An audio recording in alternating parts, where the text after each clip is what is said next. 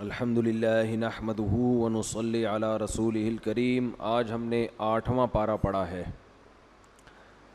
کل بھی بیان تھوڑا لمبا ہو گیا تھا تو آج تھوڑا سا مختصر کروں گا میں۔ 8ویں پاری کی جو ابتدا ہوتی ہے، وَلَوْ أَنَّنَا نَزَّلْنَا إِلَيْهِمُ الْمَلَائِكَةَ وَكَلَّمَهُمُ الْمَوْتَى، اللہ نے فرمایا کہ اگر ہم آسمان سے فرشتوں کو اتاریں اور مردے زندہ ہو کے ان سے کلام کرنے لگیں تو بھی یہ لوگ ایمان نہیں لائیں گے۔ جو ضدی اور ہٹ دھرم ہوتے ہیں وہ اتنی بڑی بڑی نشانیاں دیکھ کر بھی ایمان نہیں لاتے۔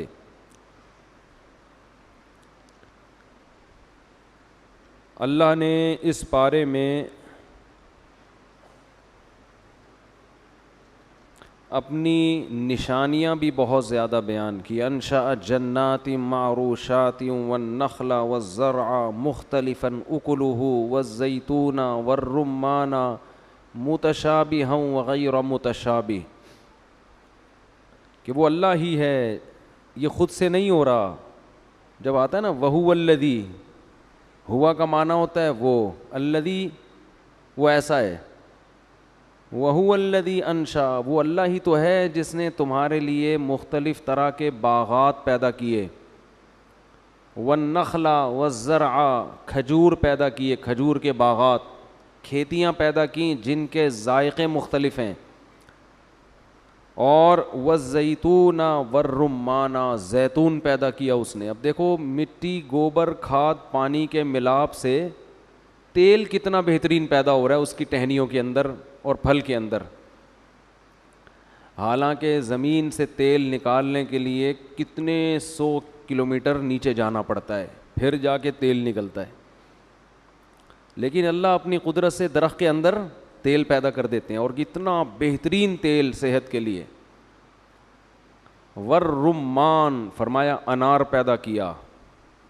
سورہ انعام میں اللہ نے فرمایا تھا انظروا الی ثمرہ، ذرا اس کے پھلنے کو تو اور پھل کو تو دیکھو، اور اس کے پکنے کے منظر کو تو دیکھو۔ یہ کیا آٹومیٹک ہو رہا ہے بھائی؟ کون دنیا کا بے وقوف ہے جو یہ کہے گا کہ یہ خود بخود ہو رہا ہے؟ اس کی میں ایک مثال دیتا ہوں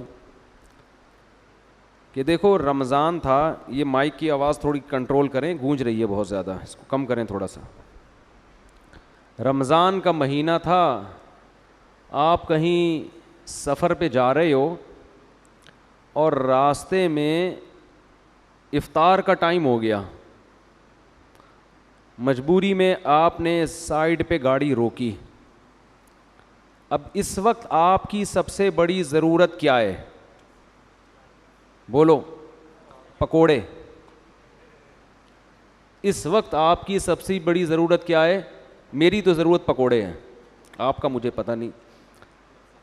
پکوڑا جو ہے نا وہ افطاری کا رکن ہے بر صغیر میں، اس کے بغیر افطاری نہیں ہوتی۔ پکوڑے کے ساتھ چٹنی ہونا بھی ضروری ہے۔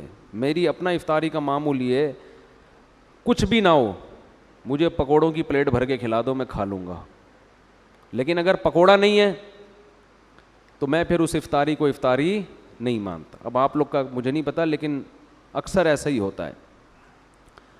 تو افطاری میں آپ نے گاڑی سائڈ پہ لگائی، بالکل روڈ میں، صحرا میں، آپ عجیب منظر دیکھتے ہیں۔ آپ کی سب سے بڑی ضرورت ہے افطاری۔ آپ نے دیکھا ایک دسترخوان لگا ہوا ہے، ادھر نیمبو کا شربت، اگر میں شربت پیتا بھی ہوں تو نیمبو کا، لیمن ڈال کے، ورنہ نہیں، ورنہ وہ سنی ٹن ٹناٹن بن جاتا ہے نا آدمی میٹھا پی کے، تو لیمن سے تھوڑا کنٹرول ہو جاتا ہے۔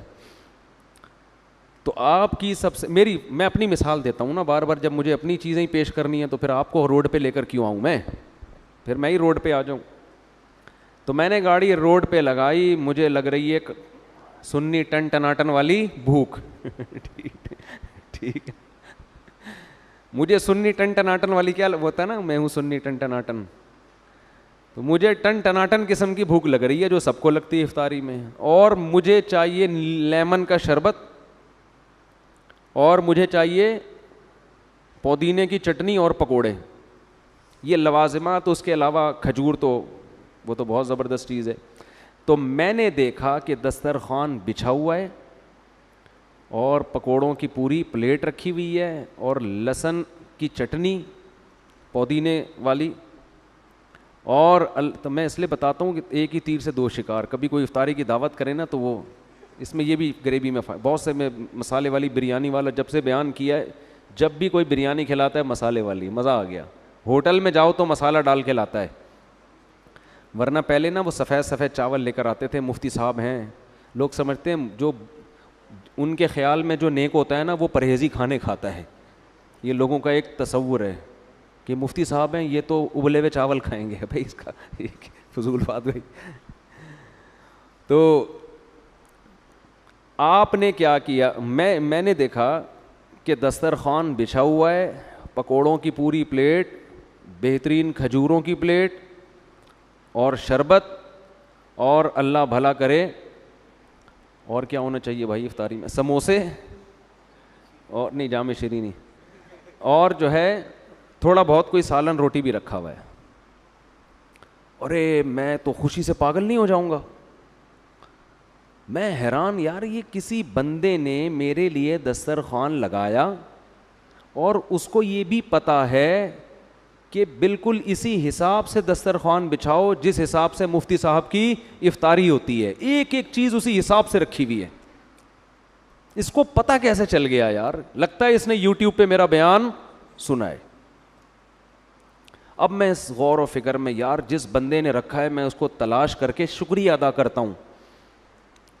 مجھے بندہ نہیں مل رہا کہ بھائی وہ بندہ اتنا ہوشیار ہے کہ وہ میرے گھر تک گیا ہے, اس نے میرے گھر والوں سے پوچھا ہے کہ یہ کھاتے کیا ہیں, ان کی میں نے دعوت کرنی ہے, اور مجھے پتہ ہے ان کا وہاں پر یہ جس اسپیڈ سے سہراب گوٹ سے نکلے ہیں تو ہائی وے پہ افطاری ان کی اس مقام پہ ہوگی, تو اسی مقام پہ انہوں نے میرے لیے دسترخوان بچھایا ہوا ہے. اس کو ایگزیکٹ وہ ٹائم بھی پتہ ہے. میں کہوں گا یار اس بندے کا مجھ پر بہت بڑا احسان ہے. اس کی میں سوچ کو, اس کی ذہانت کو اور خدمت کے جذبے کو داد دیتا ہوں. اب مجھ میں اگر غیرت ہوگی نا تو میں اس بندے کا نمبر تلاش کروں گا. بہت اہم مثال ہے, اس کو سمجھو, اس کو ہلکا مت سمجھو, اس کو پکوڑوں پہ نہ لے کے جاؤ خالی. مجھ میں غیرت ہوگی تو میں اس بندے کو تلاش کروں گا کہ نہیں کروں گا. یار اس کا نمبر دو, اس کا کم از کم شکریہ تو ادا کرے نا انسان. صبح سے بھوکے پیاسے, افطاری کا ٹائم, ایگزیکٹ وہی چیزیں اور ایسی لوکیشن پہ کہ اس کو پتہ تھا کہ غروب آفتاب جب ہوگا تو مفتی صاحب کی گاڑی یہاں کھڑی ہوگی. اتنے میں کیا ہوا, مجھے بندہ نہیں مل رہا کہ میں شکریہ ادا کروں. اتنے میں ایک سائنسدان آ گیا میرے پاس, جو بڑے افلاطون اور بڑی بڑی تھنکنگ جن کی ہوتی ہے نا, بہت اونچی سوچ. وہ لمس یونیورسٹی کے پروفیسر تھے, فرض کر لو کوئی سائنٹسٹ تھے اور یونیورسٹی میں بہت بڑی پوسٹ پر ہیں. ان کا فون آیا, میں نے کہا حضرت ایسے دسترخوان, اور میں تو حیران ہو گیا بھائی, واہ واہ واہ, مجھے بندہ نہیں مل رہا. انہوں نے کہا بھائی ضروری نہیں ہے کہ یہ کسی بندے نے بچھایا ہو, یہ ضروری بولو نا نہیں. ایکچولی ہم ہر چیز کو سائنس کی روح سے دیکھتے ہیں. ہم ہر چیز کو کس روح سے دیکھتے ہیں؟ سائنس کی روح سے. یہ ضروری نہیں ہے دسترخوان لگایا ہو, شربت وربت. ایکچولی اگر ہم ڈارون کی تھیوری پہ غور کرتے ہیں نا, ڈارون کی, تو تھیوری یہ بتاتی ہے کہ اربوں کھربوں سال میں ایسا ممکن ہے کہ کپاس بن کے ایک دسترخوان خود بخود وجود میں بولو آ جائے, اور کروڑوں اربوں سال میں اس بات کا امکان ہے کہ ایک دھماکے کے نتیجے میں وہ دسترخوان بولو بچھ جائے, اور کھربوں سال میں اس بات کا امکان ہے کہ شیشے جڑ جڑا کے ایک جگ اور اس میں نیمبو نچڑ جائے اور بیسن پیدا ہو جائے وغیرہ وغیرہ وغیرہ وغیرہ. آگے جب پھینکنی ہے تو کیا آدمی ممبر پہ بیٹھ کے اس کو بتائے یار. تو اس لیے آپ کو یہ تلاش کرنے کی ضرورت نہیں ہے کہ یہ دسترخوان کس نے بچھائے. یہ ایک سائنسدان گزرا ہے, اس کی تھیوری ہے جس میں آٹومیٹیکلی بھی خود بخود بہت سارے کام ہو جاتے ہیں. میں مان لوں گا, بولو نا یار. میں کہوں گا یار اگر دسترخوان نے بچھنا تھا, پوری دنیا پڑی ہے, کہیں بھی بچھ جاتا. سب سے پہلی بات, ادھر ہی آ کے کیوں بچھائے؟ اس کو کس نے بتایا کہ میرا روزہ اس ٹائم پہ یہاں افطار ہوگا؟ نمبر 2, اس میں وہ تمام چیزیں کیوں آئی ہیں جن کی مجھے اس وقت ضرورت ہے, جو بالکل میرے حساب سے. لا الہ الا اللہ, خدا کی قسم اس سے زیادہ عجیب کام ماں کے پیٹ میں ہو رہے ہوتے ہیں جب بچہ بن رہا ہوتا ہے. پورے بچے کا اسٹرکچر تیار ہو رہا ہے, آنکھ, ناک, کان, دل, دماغ, جگر, ہر چیز, اور ادھر بچہ دنیا میں آیا اور ماں کی چھاتی میں دودھ پیدا ہو گیا. جیسے ادھر افطاری کا ٹائم ہوا نا, اور دسترخوان پہ کیا رکھے ہوئے ہیں؟ پکوڑے. بھائی یہ آٹومیٹیکلی اگر ہو رہا ہوتا تو یہ بچے کے پیدا ہوتے ہی ماں کی چھاتیوں میں دودھ کیوں آ رہا ہے؟ پیدا ہونے سے پہلے کیوں نہیں آ رہا ہے بھائی؟ میں کہوں گا نا یونیورسٹی کے پروفیسر سے کہ اگر یہ دسترخوان خود سے بچھا ہے تو 2 گھنٹے پہلے بچ جاتا نا. ادھر میری گاڑی ادھر آ کے ٹھک کر کے رکی اور ادھر وہیں پہ ایگزیکٹ اسی ٹائم پہ کیوں ہے یہ؟ اس کا مطلب جس نے یہ دسترخوان بچھایا ہے اس کو میری ضرورتوں کا علم ہے. دسترخوان پہ پکوڑوں کا سج جانا اتنا عجیب نہیں ہے جتنا بچے کے پیدا ہوتے ہی اس کی ضرورت کے لیے ماں کی چھاتیوں میں فوراً دودھ کا اتر جانا, اس سے زیادہ عجیب ہے. کیونکہ مجھے پکوڑوں کی اتنی ضرورت نہیں ہے جتنی بچے کو پیدا ہوتے ہی دودھ کی ضرورت ہے. جس حساب سے بچہ پیدا ہو رہا ہے اسی حساب سے اسی کوانٹٹی اور کوالٹی کے حساب سے ماں کی چھاتیوں میں دودھ آ رہا ہے. ایسے موقع پہ بچے کو چاہیے کہ جب وہ بڑا ہو جائے تو وہ غور کرے کون تھا جس نے پیدا ہوتے ہی میری ماں کی چھاتیوں میں دودھ پیدا کر دیا. وہ تلاش کرے اس رب کو جو یہ کام کر رہا ہے. اگر وہ رب کو تلاش نہیں کرتا اور وہ کہتا ہے یہ خود بخود ہوا ہے, تو اللہ کی قسم اس سے بڑا ناشکرا دنیا میں کوئی بھی نہیں ہے. نہیں آ رہی بات میرا خیال ہے. اور ادھر تو ایک اتفاقی واقعہ کہ میں غروب آفتاب کے وقت ہائی وے پہ ایک جگہ پہنچا ہوں اور میرے لیے دسترخوان سج گیا. اس ایک واقعے کو آپ اتفاقی ماننے کے لیے تیار نہیں ہو. ادھر کروڑوں انسان پیدا ہوتے ہیں, ہر انسان کے پیدا ہوتے ہی ماں کی چھاتیوں میں اس کی افطاری کا انتظام موجود ہوتا ہے, اور اسی وقت ہوتا ہے جب بچہ پیدا ہوتا ہے. اور جو مجھے افطاری میں میری ریکوائرمنٹ تھی نا وہ ساری چیزیں رکھی ہوئی ہیں. بچے کی جو ریکوائرمنٹ ہوتی ہیں وہ تمام چیزیں ماں کے دودھ میں موجود ہوتی ہیں. اس کا مطلب یا تو یہ دودھ بڑا سمجھدار ہے, اسے پتہ ہے کہ میں نے کب پیدا ہونا تھا, یا ماں بڑی ذہین ہے, بڑی کلاکار ہے کہ اس کو پتہ ہے کہ میں نے اب روٹی سے دودھ بنانا ہے, یا بچے کی کھوپڑی بڑی تیز ہے, وہ آنے سے پہلے آرڈر دے کے دودھ کا انتظام کر رہا ہے. اگر یہ تینوں یہ کام نہیں کر رہے اس کا مطلب کوئی اور ذات ہے جسے انسان کی ضرورتوں کا علم ہے. اسے یہ پتہ ہے کہ جب یہ پیدا ہوگا تو اسے کتنی کوانٹٹی میں کس قسم کی غذا چاہیے, سے پکوڑے چاہیے, سموسے چاہیے, روٹی چاہیے یا دودھ چاہیے. اسے پتہ ہے دودھ چاہیے, لہذا پیدا کیا ہوتا ہے؟ دودھ پیدا ہوتا ہے. نہیں آ رہی میرا خیال ہے بات سمجھ میں. اس لیے اللہ قرآن میں کہتا ہے اکفرت بالذی خلقک من تراب, تم کیسے اس ذات کا انکار کر دیتے ہو جس نے تمہیں مٹی سے پیدا کیا. سائنسدانوں کی باتوں میں آ کے جہنم کی آگ کا ایندھن مت بنو, یہ بتا دوں میں. قرآن سیدھی دھمکی لگاتا ہے آگ میں پھینکوں گا میں, آگ میں. ہماری یونیورسٹیوں میں سائنسدانوں کی تھیوریز پڑھائی جاتی ہیں, اور ہمارا جو یونیورسٹی کے اسٹوڈنٹس کا جو طبقہ ہے وہ خدا کا منکر ہوتا چلا جا رہا ہے. اللہ ببانگ دہل اعلان کرتا ہے لیس لہم فی الآخرۃ الا النار, ان کے لیے, ان سائنسدانوں کے لیے بھی اور جو ان کے نظریوں کو فالو کر رہے ہیں ان کے لیے آخرت میں آگ کے علاوہ کچھ بھی نہیں, آگ میں پھینک دوں گا میں ان کو.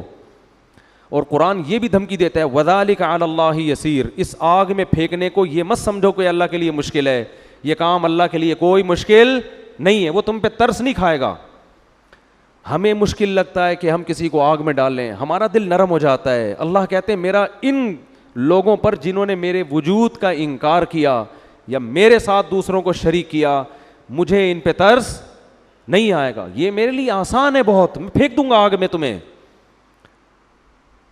تو بھائی اپنے ایمان کو مضبوط کرو. قرآن کیسے دلائل دیتا ہے کہ یہ جب چیزیں پیدا ہو رہی ہیں, انار کی ٹہنی زمین میں لگتی ہے, کیسے قدرت کے خزانے حرکت میں آتے ہیں بھائی, کیسے بڑا ہونا شروع ہوتا ہے, ایک حد تک بڑا ہو کے اس میں پھول پیدا ہو جاتے ہیں آٹومیٹک, سارا سسٹم ایسے سافٹ ویئر انسٹال ہو گئے ہیں, اس میں پھول پیدا ہوتے ہیں, وہ مکھیوں کو اپنی طرف مائل کرتے ہیں, پھر ان میں نر مادہ میں ملاپ ہوتا ہے, پھر پھل پیدا ہوتا ہے, پہلے کچا ہوتا ہے, پھر ہوتے ہوتے ہوتے ہوتے اب یہ وقت آتا ہے, قرآن کہتا ہے انظروا الی ثمرہ, اب اس کے پھل کو دیکھو, رزلٹ کیا نکل رہا ہے, کیا بویا تھا زمین میں اور رزلٹ کیسا بہترین رزلٹ.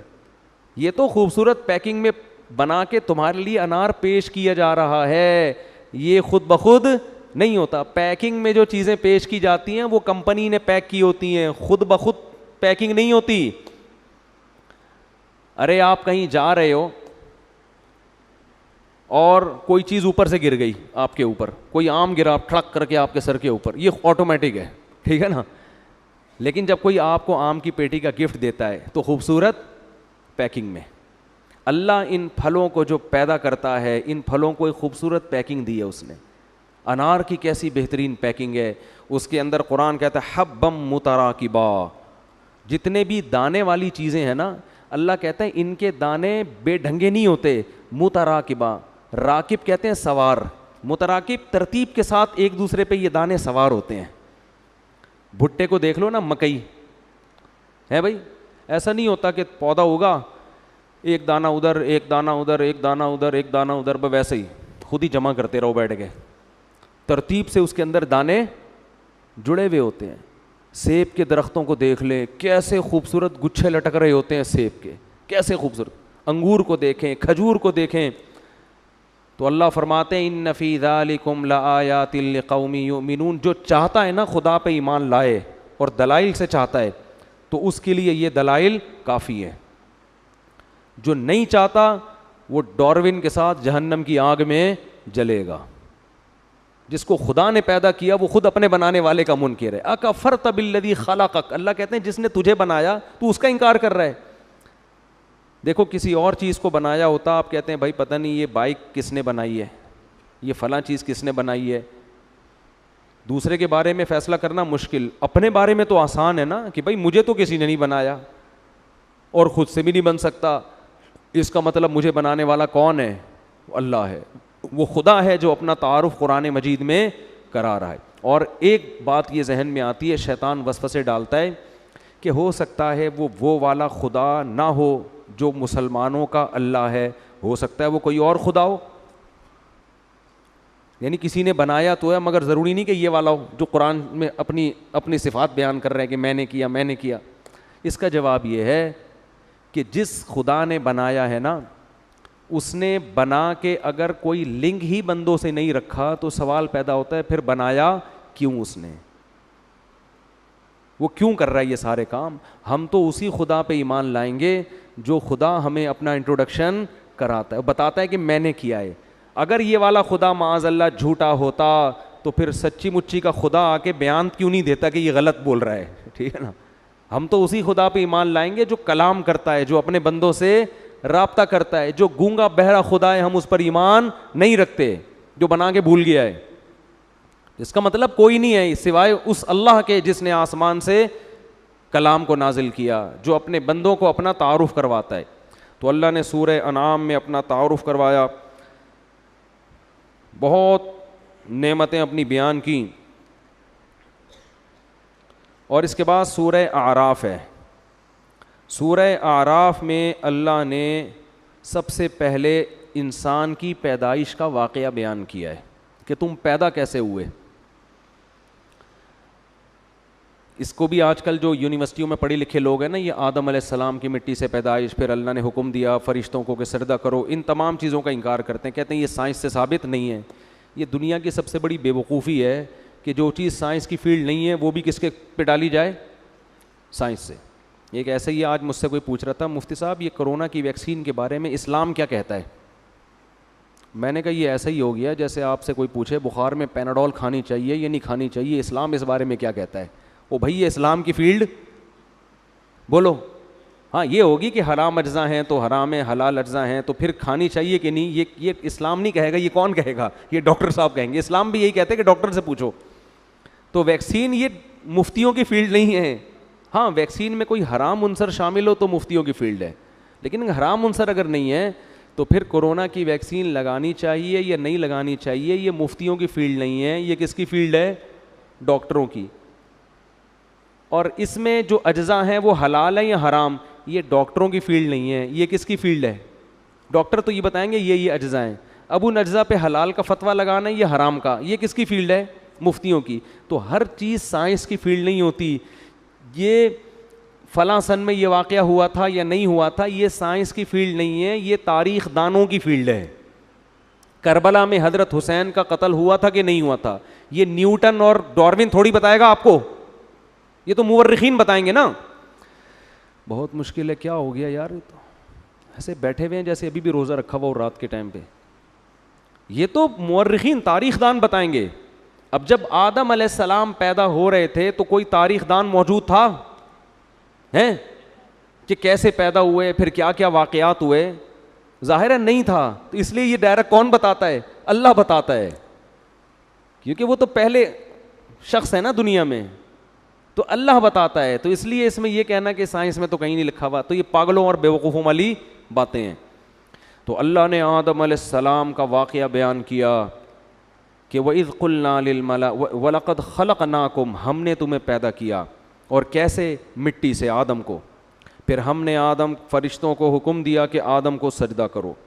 یہ ہمیں دنیا میں جب لایا جا رہا ہے تو ہمیں پروٹوکول دیا جا رہا ہے.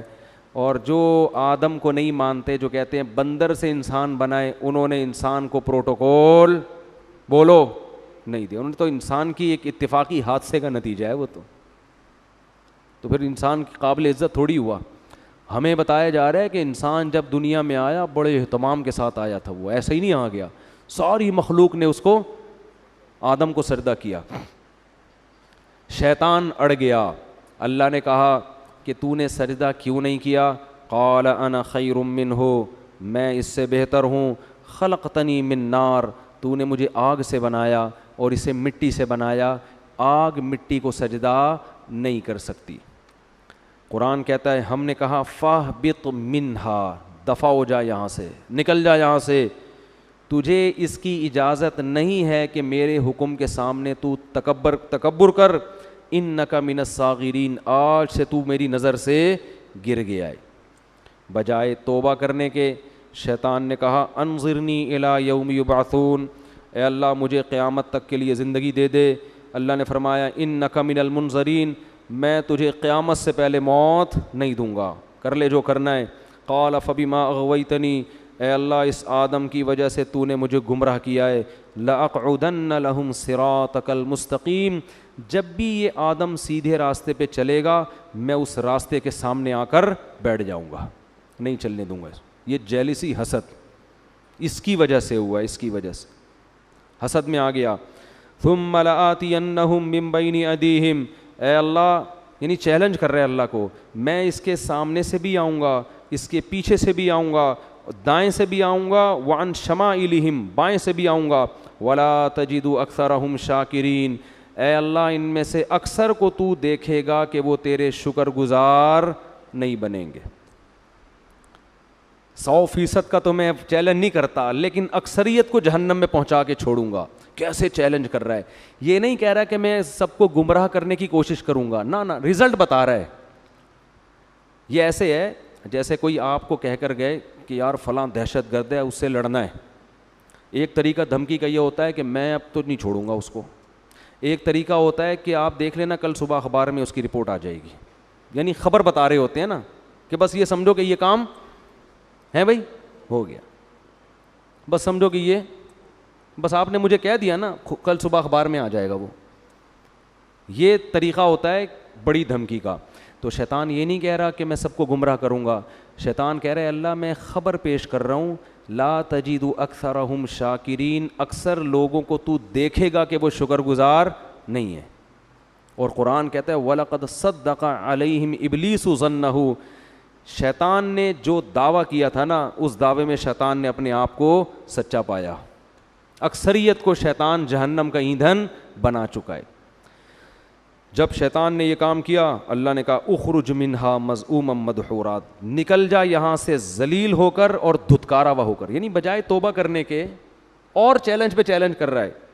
اور پھر اللہ نے فرمایا لمن تبعک منہم, ٹھیک ہے میں نے تجھے لوگوں میں چھوڑ دیا تو ان کو گمراہ کر, لیکن میں تجھے بتاؤں کہ جو تجھے فالو کریں گے لَأَمْلَأَنَّ جَهَنَّمَ مِنْكُمْ أَجْمَعِينَ, تجھ سمیت ان لوگوں کو تیرے ساتھ جہنم میں ڈال کے جہنم کو میں بھر دوں گا. میں بھی جہنم بھرنے میں بخل سے کام نہیں لوں گا, لیکن میں یہ بات تیری لوگوں کو بتاؤں گا ضرور کہ وہ تمہارے پیچھے پڑا ہوا ہے. اس کے بعد اللہ نے آدم علیہ السلام سے, ادھر تو اللہ کا مکالمہ کس سے چل رہا ہے بھائی, شیطان سے, چل جا تجھے مہلت دی, پنجہ آزما تو جا کے. ادھر اللہ نے آدم علیہ السلام سے خطاب کیا وَيَا آدم, اور اے آدم اسکن انتا وزوجک الجنہ, تو اور تیری بیوی دونوں کہاں زندگی گزارو, جنت میں, جنت میں عیش و عشرت کرو. اور فَكُلَا مِنْ حَيْثُ شِئْتُمَا, تم دونوں کو میں کہہ رہا ہوں پوری جنت تمہارے لیے میں نے حلال کر دی, جہاں سے کھاؤ چاہو کھاؤ پیو. وَلَا تَقْرَبَا هَٰذِهِ الشَّجَرَةَ, یہ والا جو درخت ہے کھانا تو دور کی بات, اس کے قریب بھی مت جانا, اس کے قریب بھی مت جانا. فَتَكُونَا مِنَ الظَّالِمِينَ, دونوں ظالمین میں سے ہو جاؤ گے. فوس شیطان آ گیا, اس نے کیسا ہوشیار ہے, چلو پہلے آدمی کو چھوڑ دیتا, یہ کل سے میں اپنا کام ابھی تھوڑا ریسٹ کر لوں, ابھی تو دھمکیاں ومکیاں چلی ہیں, ذرا ایک ہفتہ ریسٹ کرتا ہوں, تھوڑا آرام کرتا ہوں, اس کے بعد پھر جو ہے کوشش کریں گے. ویژنری لوگ جو ہے نا وہ ریسٹ نہیں, چاہے اچھا ویژن ہو چاہے برا ویژن, اس سے پتہ چلتا ہے.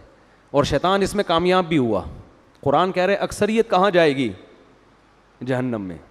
شیطان نے جو کہا تھا نا کر کے دکھایا, لیکن بے وقوف یہ نہیں دیکھ رہا کہ میں بھی تو جا رہا ہوں ٹھیک ہے نا, یہ بے وقوفی ہے اس کی. اس نے کہا کوئی بات نہیں, ہم بھی جائیں گے, ان کو بھی لے کے مریں گے. تو اسی وقت سے شیطان نے کام اپنا شروع کر دیا. یہ جنت میں کیوں چلے گئے, قرآن کہتا ہے فوسوس لہما الشیطان, دونوں کو جا کے دل میں وسوسے ڈالنا شروع کیے شیطان نے, دل میں وسوسے.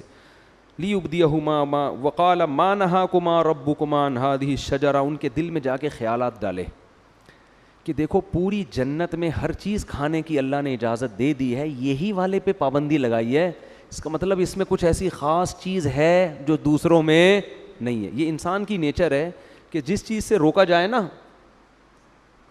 آپ تجربہ کر کے دیکھ لیں, گھر میں نا ایک الماری رکھیں اور ہر جو دراز ہوتی ہے نا اس میں کسی میں لاک نہ لگائیں, ایک میں لاک لگا دیں, اس میں کچھ بھی نہیں ہے, اس میں مری ہوئی چھپکلیاں ڈال دیں آپ بے شک. بچوں کو بولیں کہ اس کو نہیں کھولنا, بچے کسی کو نہیں کھولیں گے سوائے اسی کو کھولنے کی, ان کو ہوگا. وہ یہ شیطان وسوسے ڈالتا ہے, وہ نافرمانی کرواتا ہے. اب آدم علیہ الصلاۃ والسلام کے دل میں اور اماں حوا ان کی زوجہ, دونوں کے دل میں شیطان نے وسوسہ ڈالا اور کہنے لگا ما نہاکما ربکما عن ہذہ الشجرہ, دیکھو اس درخت میں کچھ تو ہے, اللہ چاہتا ہے کہ تمہیں جنت تو ملے لیکن وقتی عارضی, موت تو ہے نا, وہ تو یہاں بھی مرو گے تم. تو لگتا ہے کہ اس درخت میں ایک چیز ہے کہ یہ درخت کھاتے ہی ہمیشہ زندگی, موت, یہ ایسی ویکسین لگ جائے گی یہ کرونا سے حفاظت کی ویکسین ہے, اور کرونا نہیں بلکہ یہ موت سے حفاظت کی کیا ہے, ویکسین ہے. یہ کھاتے ہی موت پروف ہو جاؤ گے. اور دوسری بات, فرشتے بن جاؤ گے جن کی ہزاروں سال عمریں ہوتی ہیں. تو یہ چکر ہے. قرآن کہتا ہے ایسے دل میں بار بار بار بار. اب پیغمبر جو ہے نا ان کے بارے میں پوری امت کا اجماع ہے, ان سے صریح نافرمانی نہیں ہوتی, البتہ یہ ضرور ہے کہ ان سے اجتہادی غلطی ہو جاتی ہے. تو علماء کہتے ہیں کہ آدم علیہ السلام کے دل میں خیال آیا اور اماں حوا کے کہ اللہ نے یہ والا درخت منع کیا ہے نا, تو یہی درخت وہاں بھی اگا ہوا ہے, وہاں بھی اگا ہوا ہے, تو وہاں سے کھا لیتے ہیں, کیونکہ اللہ نے تو حاضی ہی کہا تھا یہ والا. حالانکہ اللہ کی مراد یہ تھی کہ یہ کا مطلب پوری جنت میں کہیں بھی یہ والا درخت نہیں کھانا.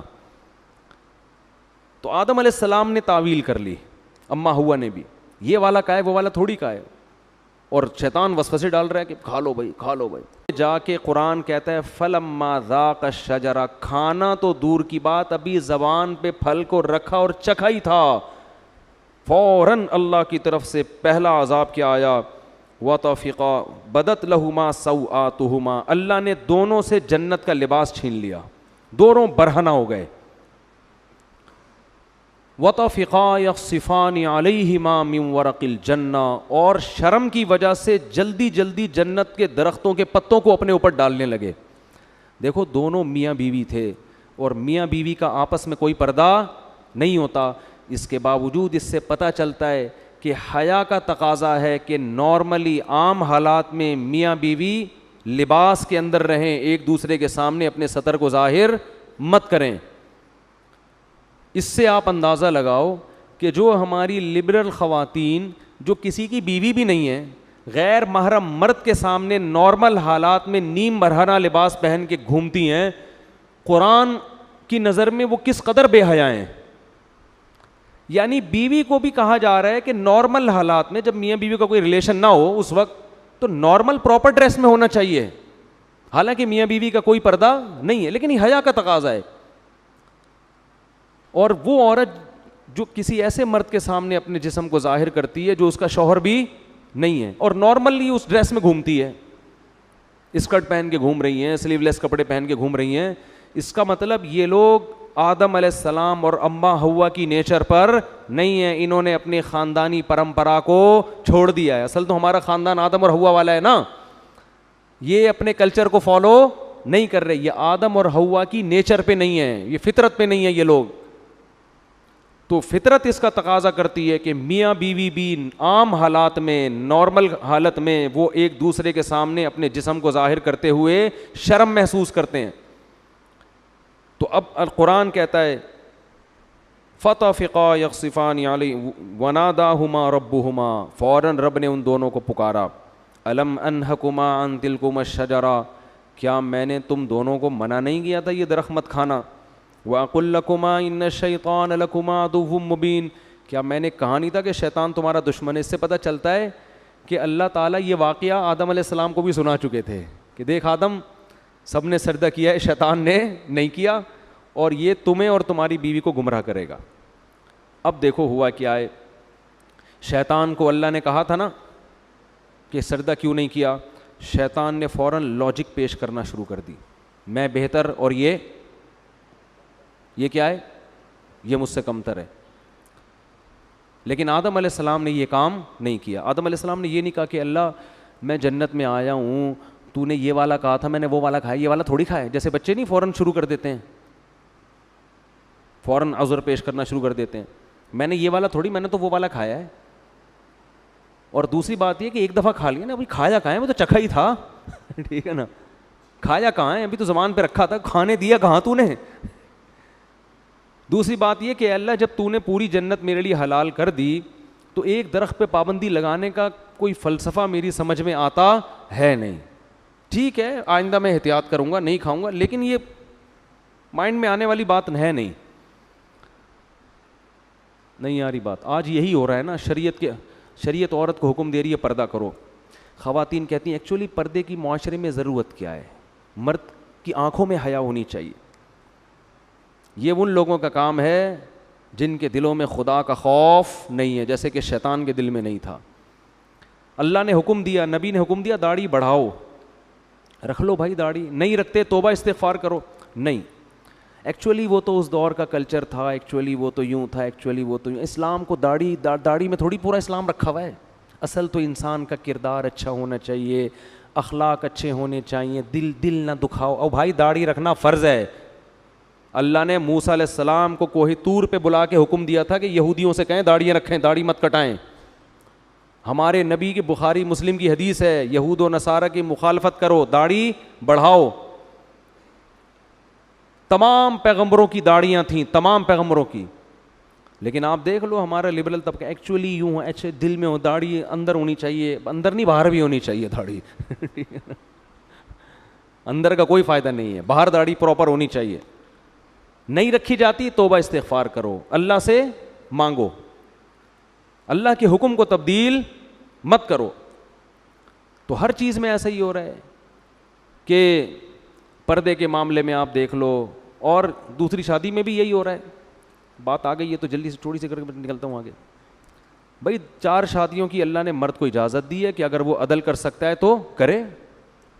ایکچولی وہ اصل میں وہ تو اس دور میں جنگوں میں مرد اتنے شہید ہو جاتے تھے, ایکچولی اس دور میں آدمی میں کہاں, بھائی اللہ کا اجازت ہے تو اس کا مطلب اجازت ہے, کسی کا باپ بھی اس اجازت کو ختم نہیں کر سکتا. جاؤ ایسی کی تیسی, جب ہے تو ہے, اس میں کون سی شرمندگی کی بات ہے بھائی, اللہ نے اجازت دی ہے, دیٹس آل. عدل کرنا نہ کرنا اس کی ذمہ داری ہے نا جو کر رہا ہے, نہیں کرے گا تو اللہ پکڑے گا اس کو. ہر چیز میں اسلام نے حکم دیا جلدی شادی کرو بالغ ہوتے ہی. ایکچولی اس دور میں اتنے مسائل ہیں, ایکچولی بچہ نہ سمجھی, شادی کوئی گڑیوں کا, یہ باتیں ہو رہی ہوتی ہیں معاشرے.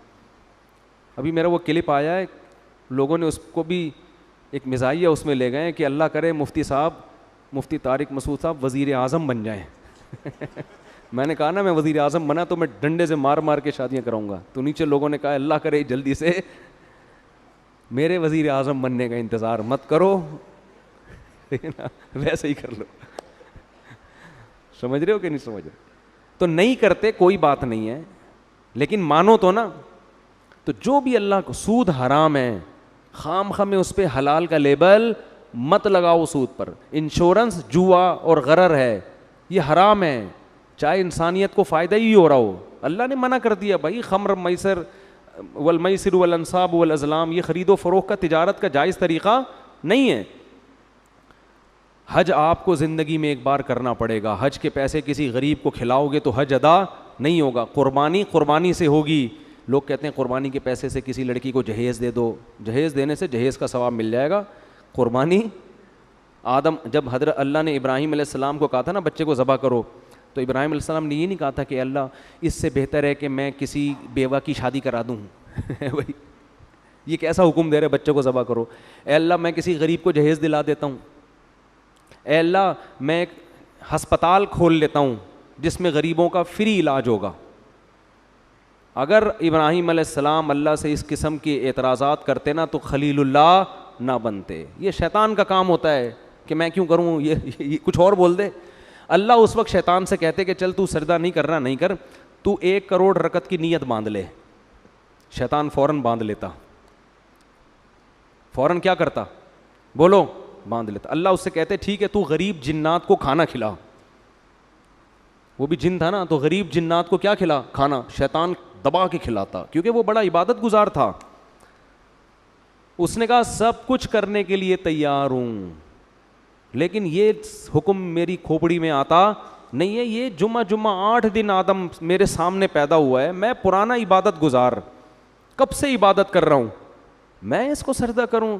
یہ بات ساڑھی عقلچ بولو نہیں آتی. یعنی اللہ کو سمجھائے گا کہ تو نے, اب یہ دیکھو لوگ کہتے ہیں نا لڑکی کا آدھا حصہ کیوں ہے, لڑکے کا ڈبل کیوں ہے. اس کا مطلب آپ اللہ کو مشورے دے رہے ہو کہ اس نے بہن کا آدھا کیوں رکھا اور بھائی کا ڈبل کیوں رکھا. خواتین سے ہم کہتے ہیں مرد گھر کا سربراہ ہے, آپ کو اس کی اطاعت کرنی ہے. خواتین کہتی ہیں کیوں, فوراً کہتی ہیں کیوں, یہ اس میں کیا ہے, یہ اس کو میں سربراہ مانوں, میں اس کی اطاعت کروں, یہ مجھ سے پوچھ کے گھر سے باہر جاتا ہے جو میں اس سے پوچھ کے جاؤں. بھائی مرد کو اللہ نے پابند نہیں کیا ہے کہ وہ بیگم کو جہاں بھی جائے بتا کے جائے. عورت کو پابند کیا ہے کہ جب وہ گھر سے نکلے گی میاں کو بولو بتا کے جائے گی. ہاں مرد بھی اگر بتا کے جاتا ہے تو ایک اچھا میاں کہلائے گا وہ مارکیٹ میں, جو آج کل شارٹ ہیں. اچھی بات ہے, اخلاق کا تقاضا ہے, جہاں جا رہے ہو بتا دو. کوئی غلط, کوئی بم پھاڑنے تھوڑی جا رہے ہو, کوئی چرس پینے تھوڑی جا رہے ہو, دوستوں میں جا رہے ہو, بتا دو بیگم میں ذرا بیٹھا ہوا ہوں. اخلاق کا تقاضا اور لیکن قانون کیا ہے کہ رخصتی عورت کی ہوتی ہے, آدمی کی نہیں ہوتی. وہ باؤنڈری ہے. لیکن آج کل سسٹم الٹ, آدمی کی ایسی کی تیسی ہو جاتی ہے, کم بخت 2 منٹ نہیں کہیں بیٹھ سکتا, لوکیشن پہ پتہ چل رہا ہوتا ہے کہاں بیٹھا ہوا اس وقت. پوری میپ پہ لوکیشن ڈالی ہوئی ہوتی ہے, اپنے بندے کا DNA ڈالا ہوا ہوتا ہے اس میں. تو لوگ پھر ڈپریشن میں آتے ہیں, یار گھر سے باہر کہیں آزادی ختم ہو گئی. تو اس کو اللہ نے پابند کیا ہے. ہاں پابند کا یہ مطلب نہیں کہ جیل خانے میں ڈال دیا, اب اس کو کہیں جانے ہی نہ دیں آپ, لیکن شوہر کو اعتماد میں لینا ضروری ہے. اب خواتین کہتی کیوں, ہم تو مرد کے برابر ہیں. بھائی اللہ نے نہیں بنایا آپ کو, للرجال علیہن درجہ، اللہ کہتے ہیں میں نے مرد کو عورت پر ایک درجہ فضیلت دی ہے. تو عقلمند عورت کہے گی بھائی اللہ نے اس میرے میاں کو میرا سربراہ بنا دیا، اے اللہ میں تیرے حکم پہ راضی ہوں، اگرچہ مجھے کھوپڑی میں آتا نہیں ہے لیکن میں اس کو سر کا تاج بناؤں گی، اس کی خدمت کروں گی، اس کو عزت دوں گی، اس کو احترام دوں گی. عقلمند عورت یہ کرے گی کس کو خوش کرنے کے لیے؟ اللہ کو، کہ بھائی یہ بھی مر جائے گا ایک دن تو مجھے اللہ اس پہ کیا دے گا؟ اجر، کہ تو نے اپنے شوہر کو راضی رکھا تھا. اور اللہ نے میاں کو پابند بنا دیا کہ سارا خرچہ کس کے ذمے ہے؟ تمہارے ذمے. اب میاں بیوی کو سمجھا رہا ہوتا ہے ایکچولی آج کل مہنگائی کا دور ہے، ایکچولی تم بھی جاب کرو، دیکھو گھر مل کے ایسے نہیں ہوتا، یہ ٹوپی ڈرامے ہیں بھائی. جب اللہ نے کہہ دیا بما انفقوا من اموالہم، مہنگائی ہو یا سستائی ہو، گھر کا سارا خرچہ کس کے ذمے ہے؟ آدمی کے ذمے.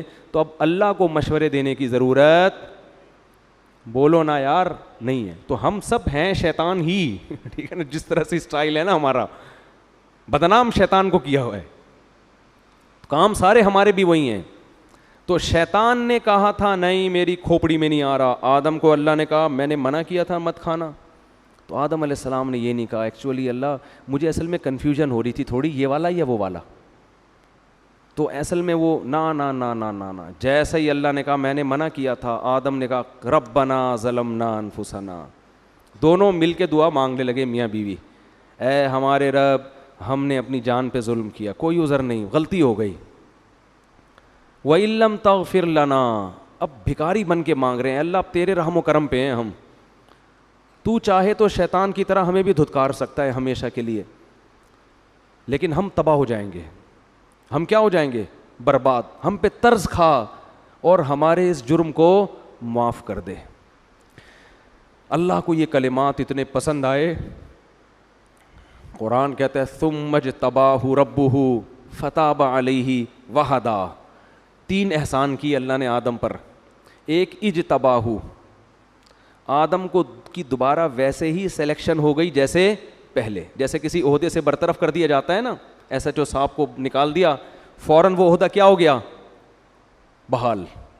تو اللہ کی نظر میں آدم کا جو مقام تھا نا اس غلطی سے پہلے، اللہ کہتے ہیں اجتباہ، وہ مقام میں نے آدم کو دوبارہ دے دیا. ثم اجتباہ ربہ فتاب علیہ. نمبر 2، گناہ بھی معاف کر دیا. صرف دنیاوی لحاظ سے جو عہدہ ملا تھا وہ واپس نہیں ملا، بلکہ جو غلطی تھی وہ بھی معاف. اور پھر ایک اور احسان یہ کیا وہدا، آئندہ کے لیے ان کو یہ توفیق دی کہ سیدھے راستے پہ چلیں اور ایسی غلطی نہ کریں.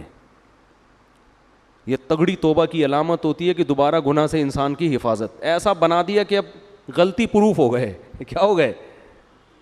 اب نہیں ہوگی یہ غلطی، اب میں حفاظت کروں گا آپ کی توبہ مجھے اتنی پسند آئی ہے، اب آپ سے یہ غلطی میں نہیں ہونے دوں. شیطان وسوسے ڈالے گا، اب میں شیطان کی راہ میں رکاوٹ بنوں گا. بعض دفعہ ایسی خاندانی توبہ انسان کرتا ہے کہ اللہ پھر اس کو توفیق دیتے ہیں کہ وہ غلطی سے بچے، لیکن پھر بھی غلطی ہوتا ہے پھر بھی توبہ کرو. تو اس سے ہمیں پتہ چلتا ہے کہ بھائی ہم خطا کے پتلے ہیں، ہم سے ہو جائے گی تو ہم شیطان والے راستے پہ نہیں چلیں گے، توبہ کریں گے اللہ سے. جب اللہ نے آدم علیہ السلام کو یہ فرمایا تو اللہ نے فرمایا توبہ تو قبول ہے، لیکن اب آپ کو زمین پہ رہنا ہے. یہ تو ایک میں نے ریہرسل کروائی تھی، ٹھیک ہے نا، جنت دکھائی آپ کو کہ آپ کو اس کے لیے بنایا ہے، اور توبہ کی آپ نے. تو اب آپ اصل میں تو آپ کو دنیا کے لیے پیدا کیا ہے میں نے. اب آپ دنیا میں جاؤ گے اور آپ کی اولاد پیدا ہوگی، جو جنت میں مزے تھے وہ اب آپ کو نہیں ملیں گے.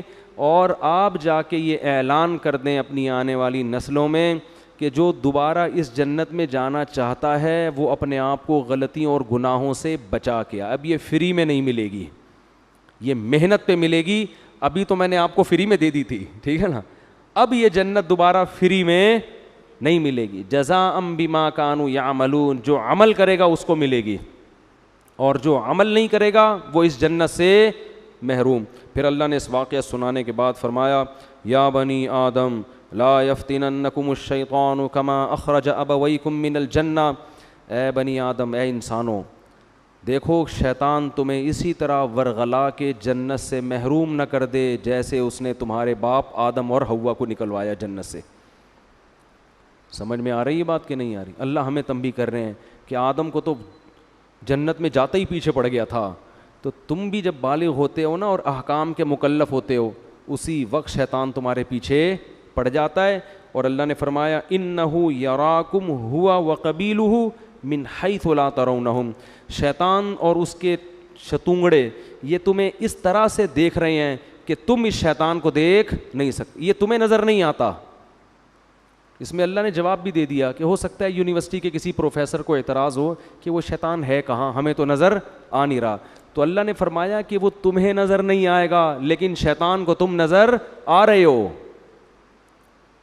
یہ ایک حقیقت ہے, ہر چیز سائنس ٹریس نہیں کر سکتی. شیطان مادی چیز نہیں ہے, اور سائنس کا جو ٹاپک ہے نا وہ مادی چیزوں پہ ہے. بہت سی اور اللہ نے ایسی مخلوق پیدا کی ہے جو ہمیں نظر نہیں آتی, وہ ہماری لیبارٹریوں میں ٹریس ہی نہیں ہو سکتی ہے. تو اللہ نے فرمایا انہ یراکم ہوا وقبیلہ, شیطان اور اس کے قبیلہ تمہیں جس طرح سے دیکھ رہا ہے تم اس کو بولو نہیں دیکھتے. اور اللہ نے آگے بس بھی آیت پڑھ کے اپنے بیان ختم کرتا ہوں. فرمایا انا جعلنا الشیاطین اولیاء للذین لا یؤمنون, ہم نے شیطان کو ان لوگوں کا دوست بنایا ہے جن کا آخرت پر ایمان کمزور ہوتا ہے. اگر جنت پر آخرت پر ایمان مضبوط ہو, اس کا استحضار ہو, تو شیطان کا وار پھر آسان نہیں ہوتا. تو اس سے پتہ چلتا ہے کہ شیطان کے شر سے بچنے کے لیے یہ ضروری ہے کہ موت کا, قبر کا, آخرت کا استحضار کیا جائے, بار بار سوچا جائے کہ ایک دن آئے گا, ہمیں اللہ کے سامنے حساب دینا ہے. اور اسی سورہ اعراف میں اللہ نے فرمایا کہ جو لوگ آخرت کو بھول کے بیٹھے ہوئے ہیں نا, الیوم ننساہم کما نسوا لقاء یومہم ھذا, آج کے دن ہم ان کو ایسے ہی بھول جائیں گے جیسے یہ دنیا میں حساب کتاب کے دن کو بھول گئے تھے. پھینک دیں گے ہم ان کو آگ میں اور بھول جائیں گے ہم, کیونکہ انہوں نے دنیا میں حساب کتاب کو یہ بھول گئے تھے. تو اس سے پتہ چلتا ہے بھائی کہ ہمیں حساب و کتاب کے دن کو بار بار یاد رکھنا ہے. گھروں میں اس کا تذکرہ کیا کریں, دوستوں میں تذکرہ کیا کریں, بھائی ایک دن حساب و کتاب کا آنے والا ہے. پیغمبروں کو اللہ عدالت کے کٹہرے میں کھڑا کرے گا, ہم اور آپ کس کھیت کی مولی ہیں بھائی. تو بار بار جب اس کا استحضار ہوگا نا بھائی حساب کتاب, یہ آپ کو موٹیویٹ بھی کرے گا اور غموں سے نجات بھی دے گا.